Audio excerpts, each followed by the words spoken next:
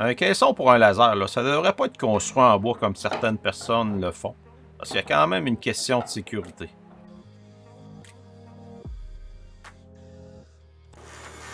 Oui, je sais que certaines personnes vont dire qu'il faut toujours garder un œil sur notre laser, puis c'est effectivement vrai. En enlevant le bois de l'équation, là, ça donne un point positif pour la sécurité. Donc j'ai décidé d'en faire un là, en aluminium, sans utiliser de plieuse parce que j'en ai pas. Je vais inclure une vitre trempée, une lumière, un extracteur de fumée, puis je vais faire une tablette là, adaptée à mon environnement. L'aluminium utilisé pour mon projet, là, c'est du 3003 H14, car il a la propriété là, d'être pliable. L'épaisseur que j'ai choisi, là, c'est du 12 gauge, là, qui donne 2000 mètres d'épaisseur. Pour couper l'aluminium, là, j'ai changé ma lame pour en prendre une qui est adaptée à la coupe d'aluminium mince. J'ai utilisé une Freud là, de 96 dents.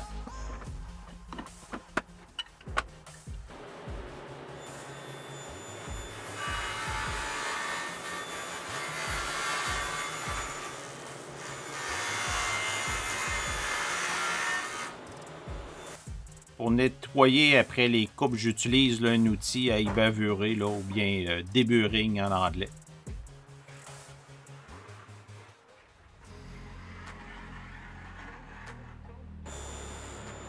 Avec la technique de pliage que je vais utiliser, c'est très important là, que nos pièces soient parfaitement d'équerre.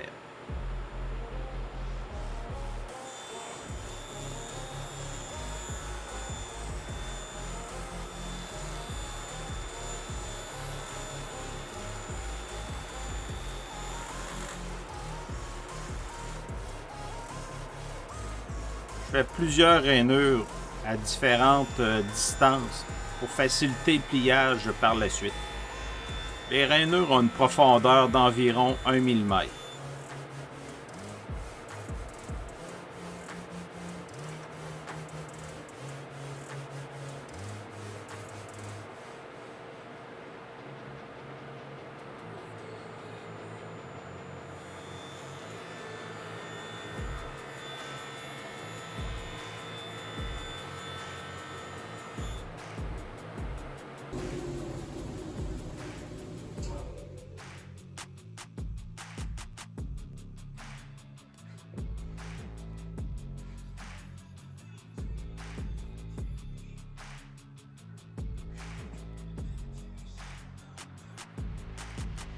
J'ai expérimenté là, différentes façons de plier mon aluminium qui n'ont pas été toutes très bonnes.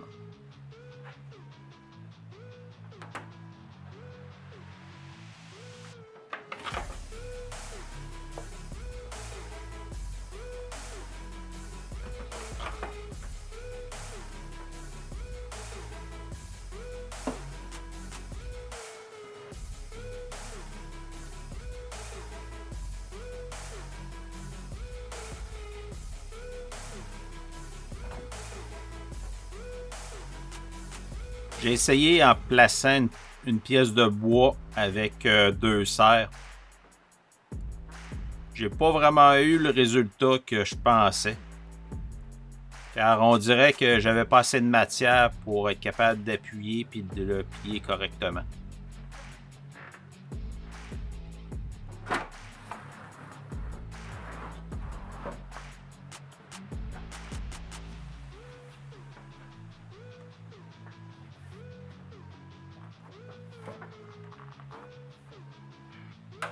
Je vérifie avec l'équerre et au besoin, je fais le correctif.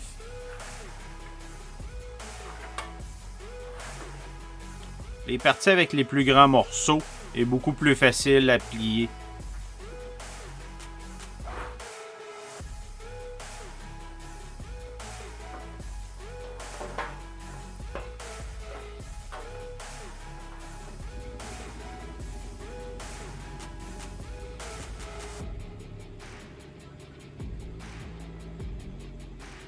Pour le dessus, je vais faire comme un chapeau. Donc, j'ai besoin d'enlever les quatre coins de ma pièce pour être capable de plier et de faire un chapeau. J'ai encore moins de prise pour être capable de faire mon pliage correctement. Donc, je vais devoir utiliser des pinces là, qui sont spécifiques au pliage de tôle.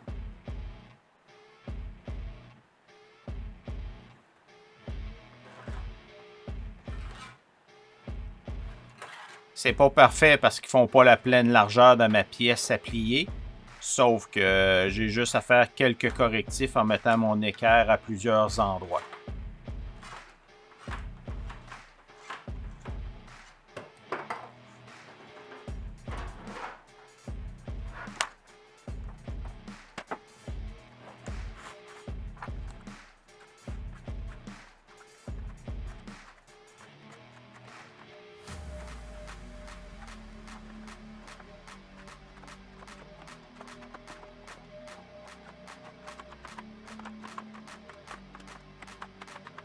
Je fais les 4 côtés de la même façon.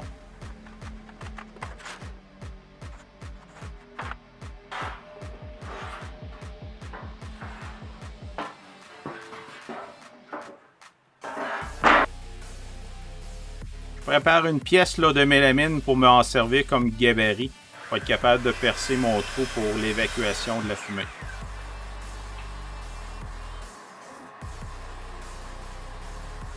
Dites-moi en commentaire si vous utilisez un caisson et si oui, il est en bois, en métal ou vous l'avez acheté en matière vinyle plastique qui ne s'enflamme pas.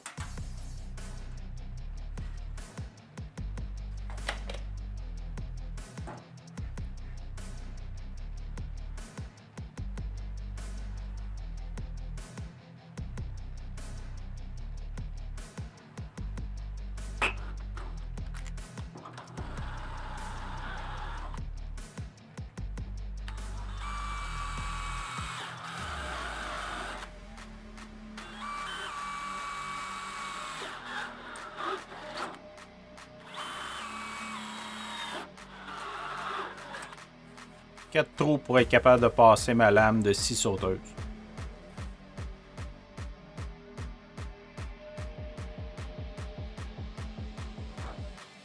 Lorsque j'ai acheté ma lame de scie pour la scie sauteuse, j'ai pas porté attention sur le nombre de dents qu'il y avait. Et c'était vraiment pas adapté pour l'épaisseur d'aluminium que j'avais à couper.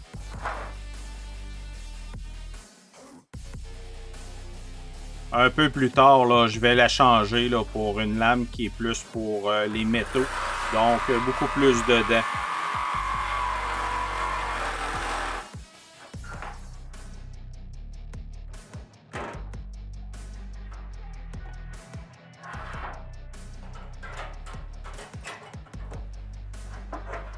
Je replie là, toutes les petites languettes là, de l'adaptateur pour l'évacuation de fumée.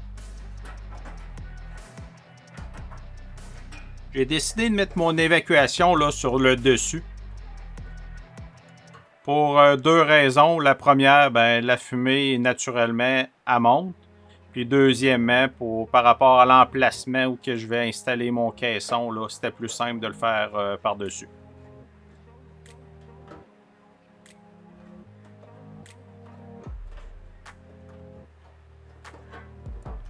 Un peu de ruban aluminium là, pour sceller parfaitement l'adaptateur avec le dessus du caisson.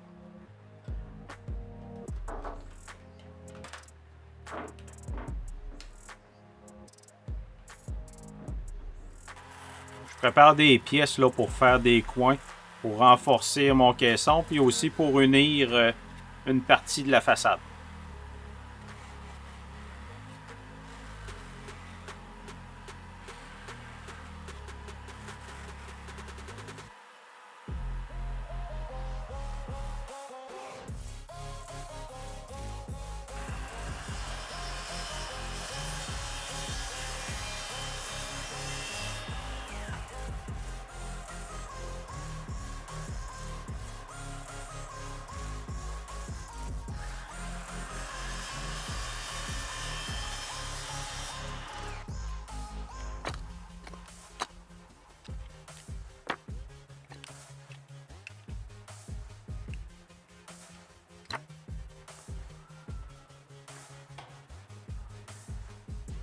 une petite serre là, pour tenir ma pièce. Par la suite, je perce un trou là, de 1,8 parce que je vais utiliser des rivets de 1/8 de pouce.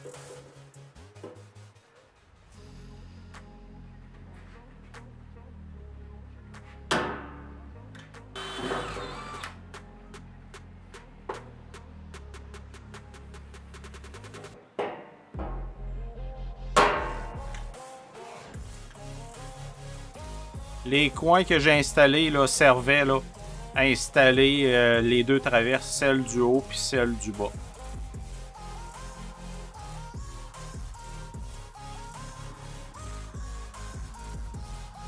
J'ai installé une bande OLED à l'intérieur là, pour éclairer mon laser.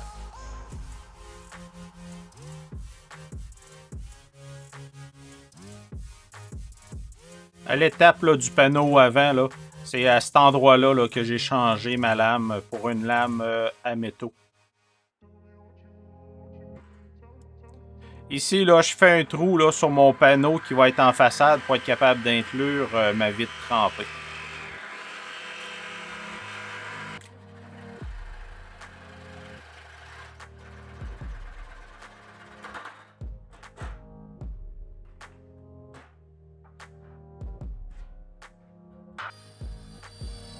J'ai eu un peu de difficulté à faire une belle finition avec la toupie. J'ai dû faire plusieurs essais là, pour trouver la bonne combinaison de mèche puis de vitesse d'avance puis de vitesse de rotation. Car sinon, là, l'aluminium voulait tout le temps coller sur la mèche à toupie. C'est étrange à dire, mais ma meilleure combinaison a été d'augmenter ma vitesse puis d'utiliser une mèche seulement à un tranchant.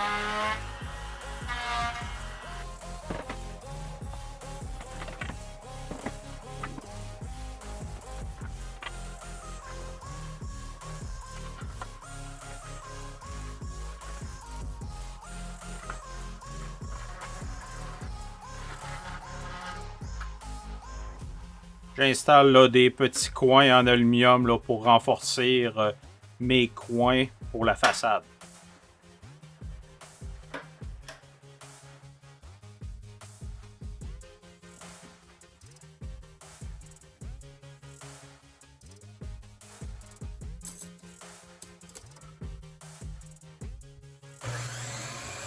Installation d'une penture piano en aluminium pour être capable d'ouvrir là, la façade.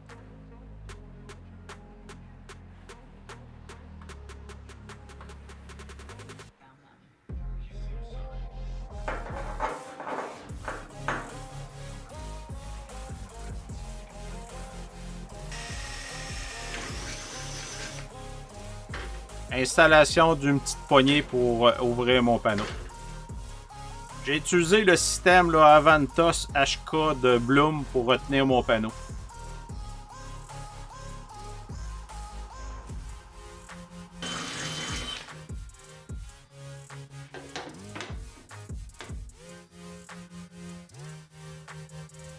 Avec le caisson qui est un petit peu plus loin de mon ordinateur, j'ai plus accès vraiment à mon moniteur. Donc j'ai décidé d'installer une deuxième écran qui va être fixé directement sur le caisson.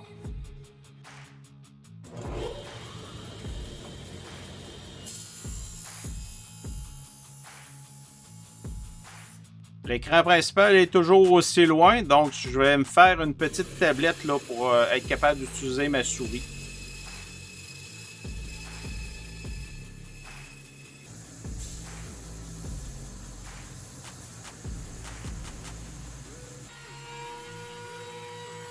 En réalité, là, ça va être une deuxième souris qui va fonctionner là, avec le même ordinateur.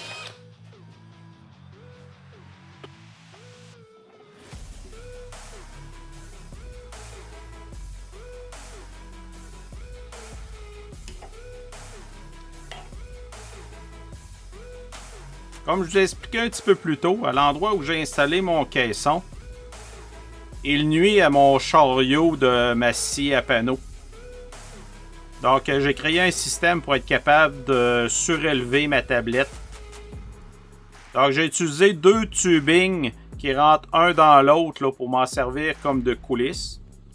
J'ai installé là, un vérin électrique pour faciliter là, le mouvement de ma tablette qui soutient le caisson. Les petits vérins sont puissants, sauf qu'ils sont pas très rapides.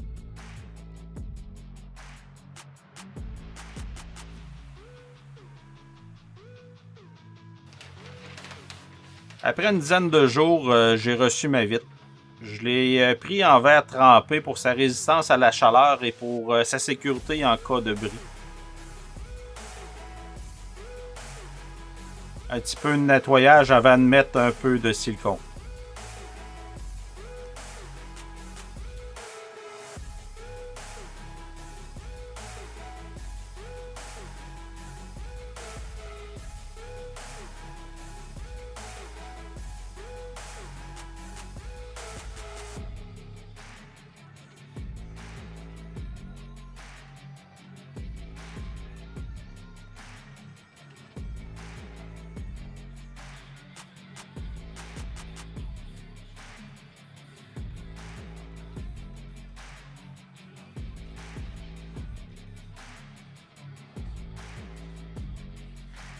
Je vérifie si j'ai assez de tension dans mes bras pour que le panneau reste en position élevée.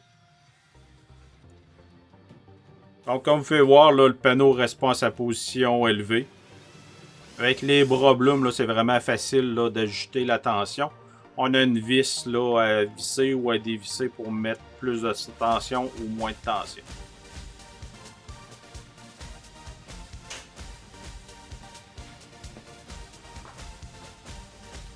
Avant de faire la démonstration finale, là, j'ai approché mon extincteur. On le dit jamais assez, mais avec un laser, nous devons toujours avoir à l'esprit qu'il y a un risque d'incendie de notre pièce, même si les probabilités sont faibles lorsqu'on utilise les bons paramètres. C'est la raison pour laquelle je voulais faire un caisson qui est vraiment résistant aux flammes. Ici, on voit la fumée qui sort parce que la ventilation n'est pas démarrée. Dès que la ventilation est démarrée, la fumée ne sort plus du caisson. On voit vraiment que la fumée est aspirée. En conclusion, là, pensez à avoir un bon caisson pour la sécurité sur tous les niveaux, que ce soit pour les flammes, les odeurs, les produits qui sont plus ou moins toxiques. Je vous dis à la prochaine sur la chaîne Stam Shop.